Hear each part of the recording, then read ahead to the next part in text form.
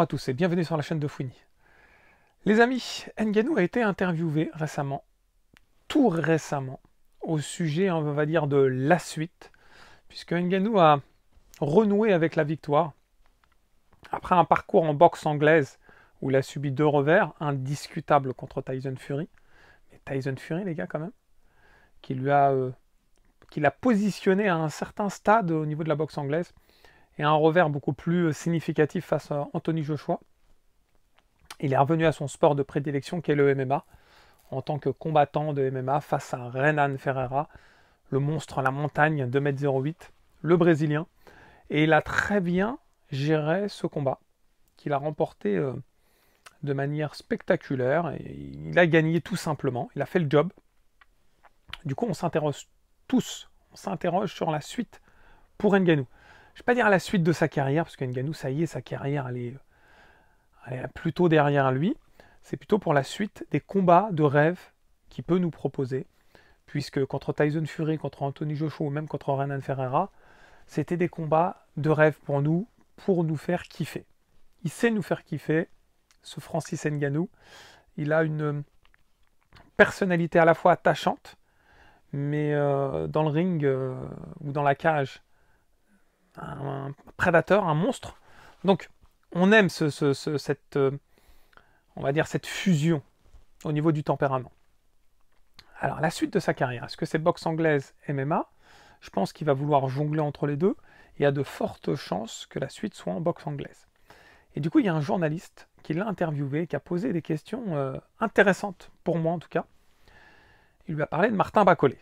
Il lui a dit, est-ce que ça ne sera pas un rêve d'affronter Martin Bacolé en boxe anglaise en Afrique, que ce soit au Congo ou au Cameroun?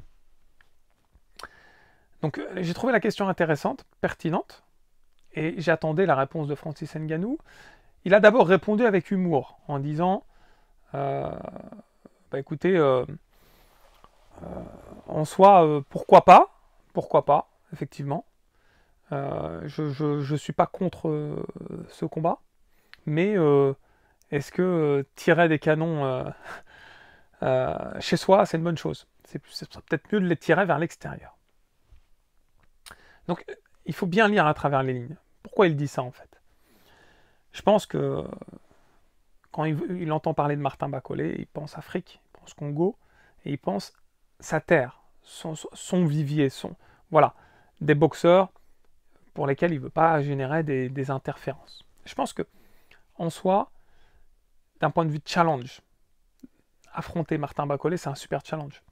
Mais entre Africains comme ça, c'est à double tranchant. C'est ce qu'il a voulu dire avec humour au début. Après, il a répondu sérieusement à la question, en disant qu'effectivement, ça pourrait être une alternative, que mettre en avant le monde africain, c'est quelque chose qui lui tient à cœur, et que lorsque d'ailleurs il avait signé le combat avec Tyson Fury, c'était une de ses conditions de pouvoir mettre dans la carte des boxeurs africains, Carlos Takam, Martin Bacolé et d'autres.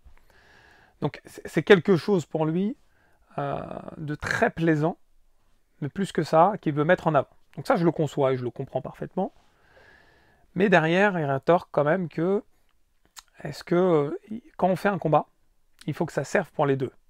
Ça serve, non pas d'un point de vue sportif, je pense qu'il voulait dire plutôt d'un point de vue business.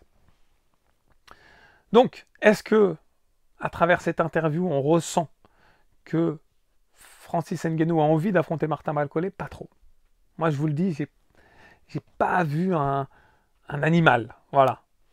Ce que je peux parfaitement comprendre. Parce que Martin Bacolé, c'est un compatriote. Il doit être extrêmement gêné à l'idée de pouvoir challenger un compatriote. Même si combattre en Afrique et faire, on va dire, mettre en avant le continent africain, il le souhaite, je pense que c'est un peu complexe. Et je partage son point de vue. Et je dirais même plus que ça, affronter Martin Bacolé, à quoi ça va lui être utile, à part se recevoir une correction, parce que là, il affronte en boxe anglaise, il affronte un spécialiste, un mec qui a peur de rien, un Golgoth, un monstre. Et il n'a aucun intérêt, en fait, Francis Ngannou. Le seul intérêt, c'est de faire un combat entre Africains en Afrique, mais il y a d'autres adversaires qui pourront vendre davantage le combat. Et sur ça, Sur ça, je peux lui donner que raison. Un Martin Bacolé, Anthony Joshua en Afrique, malheureusement, ça aura beaucoup plus de sens. Pourquoi? Parce que déjà, c'est deux boxeurs spécialisés en boxe anglaise qui s'affrontent. Anthony Joshua, qui a été un emblème de la boxe anglaise, double champion du monde, qui est d'origine nigérienne et qui fait beaucoup pour son pays, face à Martin Bacolé, qui est d'origine congolaise, qui fait également beaucoup pour son pays. Donc là, le choc en Afrique des deux, il aura davantage de sens, selon moi. Et j'ai envie de le voir. Je veux le voir, ce choc entre Anthony Joshua et Martin Bacolé sur les terres africaines. D'ailleurs, si le combat se fait, ça sera presque débile de le faire en Angleterre ou ailleurs. Il faut le faire en Afrique. Mais un Francis Ngannou contre Martin Bacolé en Afrique, je ne suis pas forcément friand, je vous le dis. Parce que déjà, Francis Ngannou, c'est pas un boxeur spécialisé boxe anglaise. Et comme il l'a lui-même dit, il faut trouver un intérêt pour les deux. L'intérêt pour Martin Bacolé d'affronter Francis Ngannou, il est inexistant également. Peut-être se faire un peu d'argent, oui, c'est vrai, mais pour la suite de sa carrière, Martin Bacolé, c'est presque un frein. Là, ça y est, il est dans la piste de lancement, Martin Bacolé. S'il bat Kabayel, il n'a plus d'embûche. En gros, il y a une possibilité qu'en 2 combats, Martin Bacolé soit champion du monde. Évidemment, il doit gagner ces 2 combats. C'est une chose qui ne va pas être simple. On aura l'occasion d'en discuter, peut-être autour d'un live, pour parler de Martin Bacolé contre Kabayel.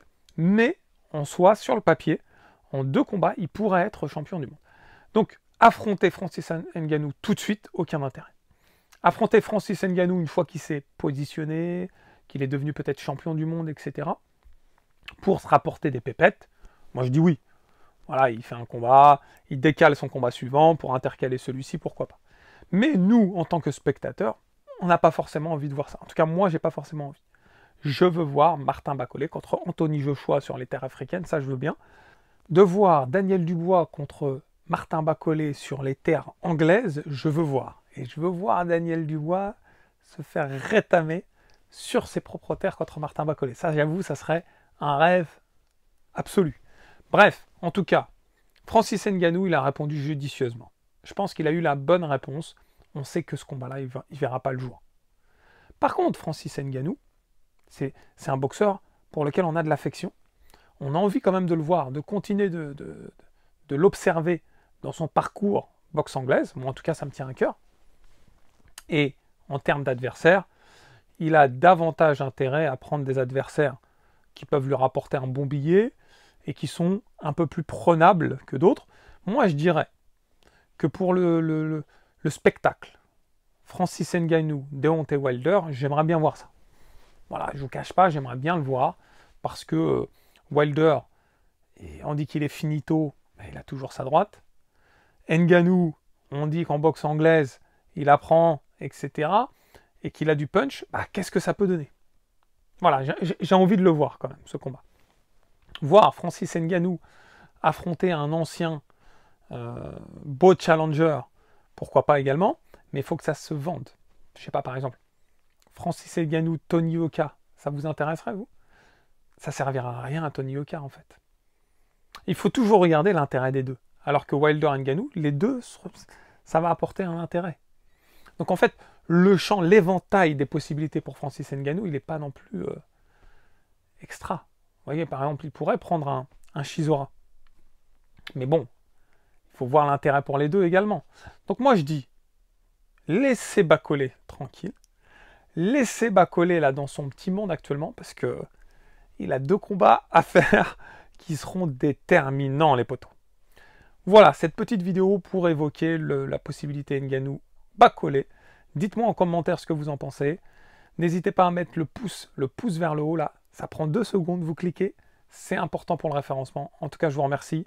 N'hésitez pas à vous abonner si ce n'est pas déjà fait. Et dans tous les cas, je vous dis à très vite. Ciao, ciao.